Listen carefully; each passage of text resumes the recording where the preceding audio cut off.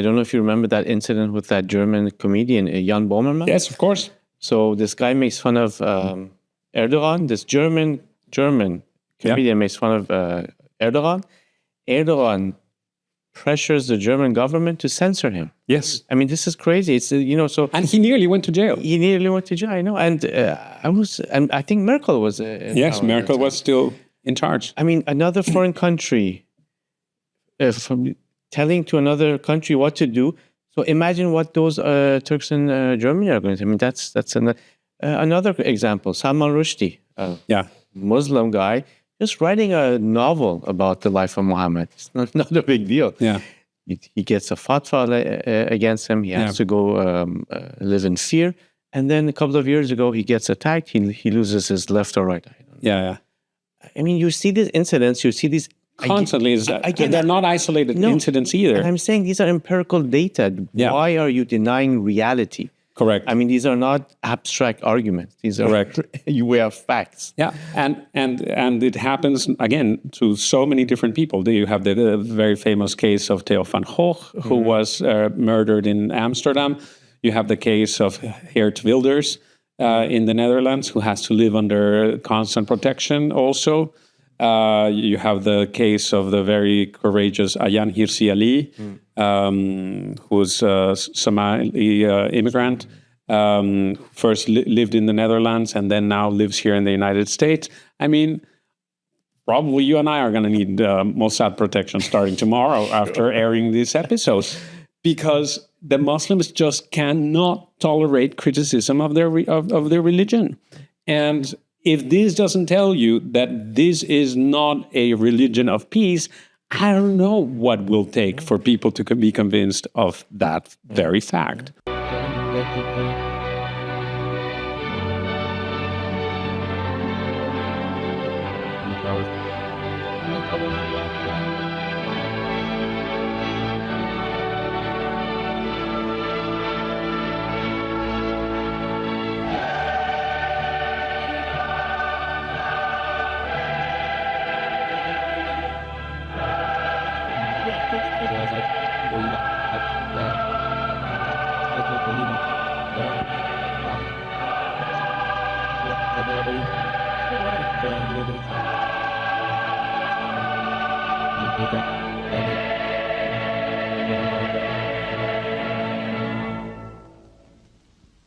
You see Christianity being not criticized, ridiculed. Yeah. Judaism, the same in the Western media, not only American. Yeah. I remember watching an episode of South Park, and they made such vile description of the Mormons, of Mary, also of Mary. Yeah. I was insulted. So, and nothing happened. But you on. I remember there was an episode of I think it was an American guy, American Father, something like that. They wanted to depict Muhammad. Yeah, they couldn't because they were afraid. Yeah. Yeah, and why were they afraid? Because again, we have reason to be afraid. We have the case, for example, of the Danish cartoons that led to dozens of people dying and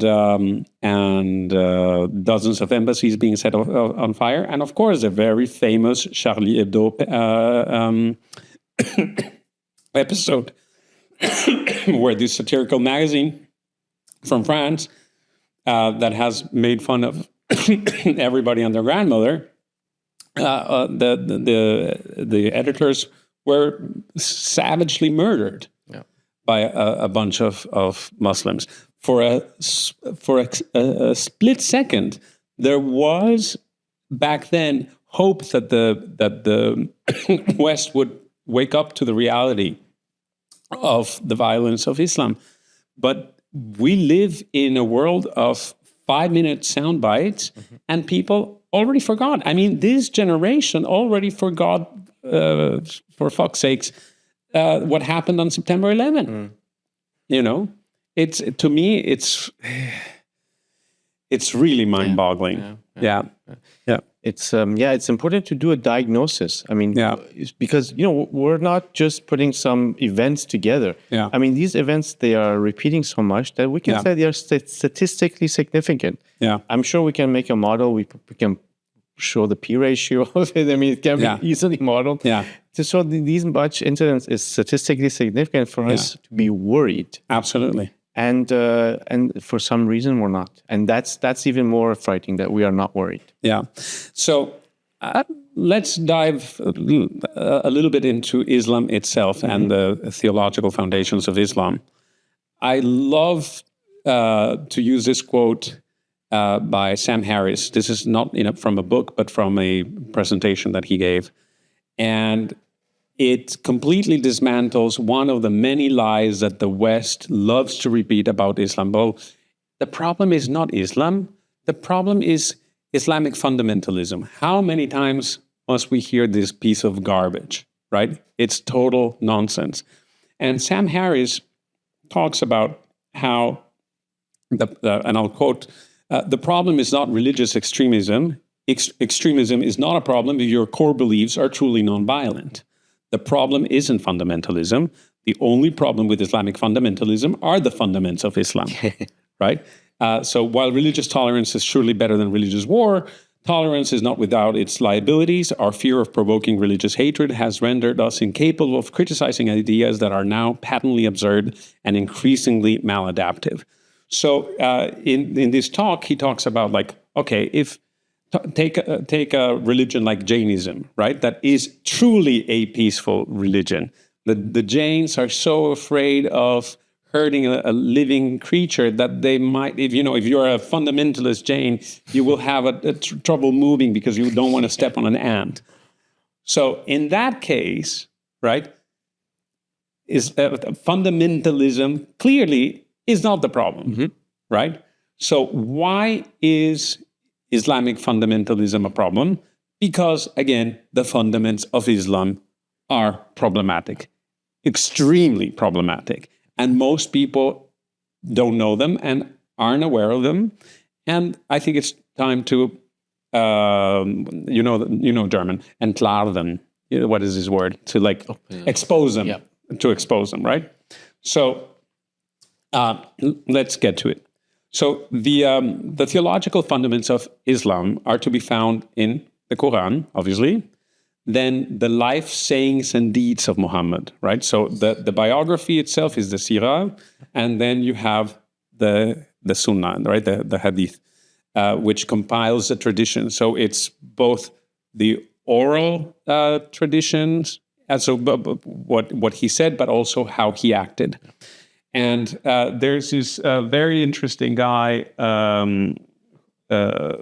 who has a PhD in some other topic, I think also mathematics like you or something like this. His name is Bill Warner. I don't know if you're familiar with him. He founded this center called Center for Political Islam. And he applies the scientific method to study Islam, which I think is a great way to dismantle the hysterical claims of the left and the completely disingenuous claims of the Muslims, right? And he did basically a computer analysis of all the texts in the sacred theology of Islam, and decided, okay, let's see what Islam is based on. So 60% of Islam is based on the Hadith, right? The Sirah is about 26% of what Islamic theology is all about, and the Quran is actually only 14%. The real life implication of this is that the Quran, in and of itself, is not enough for Muslims to be able to know how to go about their lives in an effort to live a completely Islamic life, right? Abiding by the religion. So for that reason, you need the Sunnah and the Hadith and also the Sirah to see, okay, how did Muhammad live his life? And this is where it gets interesting, because Muhammad started his career as a spiritual preacher, right? Plagiarizing a lot from Christianity and from Judaism, because he realized that in order to gain new adepts amongst the Christian and Jewish population of damalige, former times Saudi Arabia, Hijaz, right? he needed to attract them with elements of their own religion.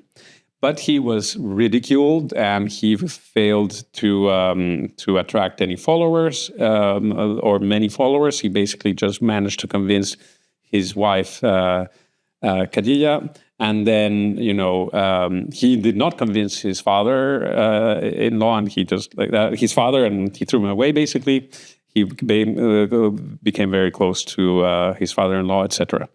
So, in this early period, in the Meccan period of the revelation, you see a lot of peaceful verses, verses that the Muslims still use now as evidence of like, hey, what are you talking about? My religion is peaceful, right?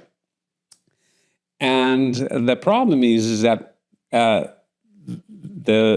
Muhammad of that initial era has nothing to do with the Muhammad of Medina, past 622. Why is 622 such an important year? So he goes to Medina and he establishes a polity, a political system. So what does he need? He needs a hierarchy, like every other polity. He needs rules, he needs laws, and he has neighbors, which are probably he's thinking of defending himself or attacking. And he needs, a budget, monetary policy, which he actually does that by looting many of these caravans going towards Mecca. Which was also the way of life of the Arabs back then. Exactly. Right. That was, the Arab economy was looting. Where have we seen that? Yeah, I swear. Which is interesting because you see that there's laws enacted around that you're allowed to loot if these conditions are met. Yeah.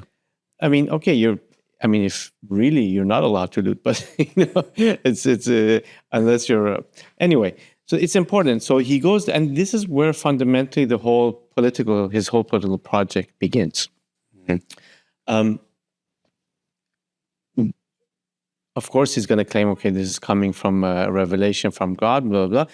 But he faces many problems within his polity too. So he again has to enact more laws and more laws to see how to manage his own internal divisions. This creates a new set of verses that is called Ayat al-Ahkam, which means the verses that pertains to everyday life, to like how you should clean your hand, how you should do your 5 times prayer, how much money you have to pay. What you do if a fly falls in your glass. That goes to the yes. So all these stuff, and you see the abundance of these verses at that time, and so that's why it becomes incredibly political. And this is why, so as again going back to that point of people taking Christianity as a paradigm. If I would use that on the first, the Meccan verses, they're all inner, pertaining to your inner self. They're, as you say in German, the Innerlichkeit, interior. Yeah. The other one, it's all about exterior. Yeah. So people think, oh, okay, no, this is really about the inner faith, whereas, yes, but you also have that. So how are you going to do it? How can you reconcile these different positions? Right. And it's important to notice this other very important difference between Islam and Christianity in particular, because you also have, some verses in any religion that doesn't make sense to our modern sensibilities, obviously. Right. However, what's different in Christianity and Islam is that you have a bunch of councils in the 7th century, 8th century, right up until Vatican II, actually, 1970s, talking about how the believers of Christianity ought to relate to Christ as divine, as a person, as a human, one, and two, how they should read this book called the Bible. You have it right until Vatican II. It's called Dei Verbum. They say you should read this book as divinely inspired, but authored by humans. So it has mistakes in it. Once these verses I was going back to, so it means there was this central authority in Christianity telling the believers, this is how you have to read the Bible. You don't have that in Islam. Once you come back to Islam, you have all these political verses, and coupled with the claim that this is the last book of God, this is the most complete book of God, Muslims are going to go on and on to this book, and there was no central authority to tell them, okay, this is not necessarily, you should not necessarily read this verse like this. They're going to say, no, the Quran refers to itself, Hadha Kitabul Mubin, this is a clear book. Yeah. What does that mean? Needs not interpretation. 2, Inna nazzalna al-Zikra wa inna lahu lahafizun. We gave you, Muhammad, this book, and we are going to protect it. It means it's not going to be like Christianity and Judaism that went astray. It was basically brought down by revelation. Exactly. It was not created. Which is, and it's on and on, it refers to itself as Hadha al-Kitab, this book.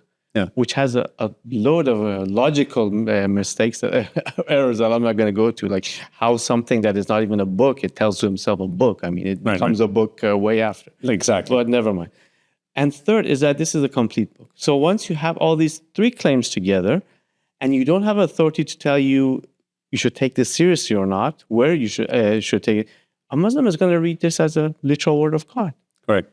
And there's nothing stopping him. Whereas, I mean, it's so crazy that some Muslims, there's a verse in Quran that says, the people who are blind in this world are going to be blind in the other world. Yeah. Which is a symbolic. It means blind in this world means blind to the light of God. Right. Some really think of this as if you're biologically blind, you're going to be blind. And this is crazy because you can ask him, so what about the justice of God? Don't you believe God is just? Mercy, yeah. Why would he make you blind here and then go blind there? I mean, this is crazy. I mean, they say it's tough luck.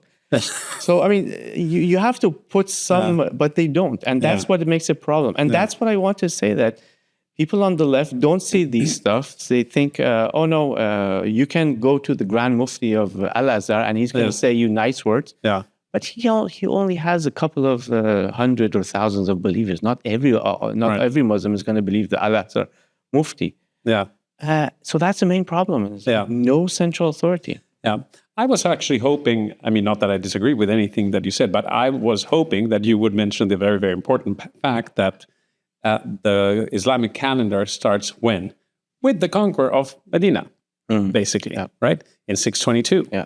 And what is crucial to understand about the Medinan Quran is the doctrine of abrogation, right? At that point, having become a strong warlord with a militia, etc., Muhammad says, you know what, that whole part about there's no compulsion in religion and, to each his own, your religion to you and mine to me, etc., that's all null and void. Guess what? It's now convert or die, basically. Or right? pay a tax. Or pay a tax. There's a technical word for it. Yeah, exactly. Become a dhimmi, pay the jizya, and live under Muslim protection as a second-class citizen, which is basically what the mafia does by paying protection to the mafia bosses. But this jizya tax and this dhimmi status is only afforded, by the way, importantly, to the so-called people of the book, right? So if you were a Hindu or any other, if you're not Christian or Jewish, but you're Hindu, Zoroastrian, or whatever, and this is important for your country, for Iran, no such luck. You're not a people of the book. Therefore, convert or die. And which is interesting, even among the converts, there's degrees. So the people who are not original Muslim, they are called Mawali, which means the lower Muslims. Yeah. So even though they're Muslims, they're supposed to be they were supposed to be equal. No, they are like second-hand class citizens. Right. Which is strange. A religion that claims you're all equal towards the face of God. Yeah. It's basically discriminating against its own members. Animal farm, right? Yeah, exactly. Some more equal than others. And then, of course, the very, very important part of this all is precisely the Surah 9, verse 5 from Medina, the chapter of repentance or immunity. But when the sacred months are passed away, kill the idolaters wherever you find them, and take them and besiege them, and lie in wait for them in every place of observation. But if they repent and are steadfast in prayer and give alms, then let them go their way. Verily, Allah is forgiving and merciful. Oh, thank you. Like, thanks for twisting my arm into being Muslim. Great.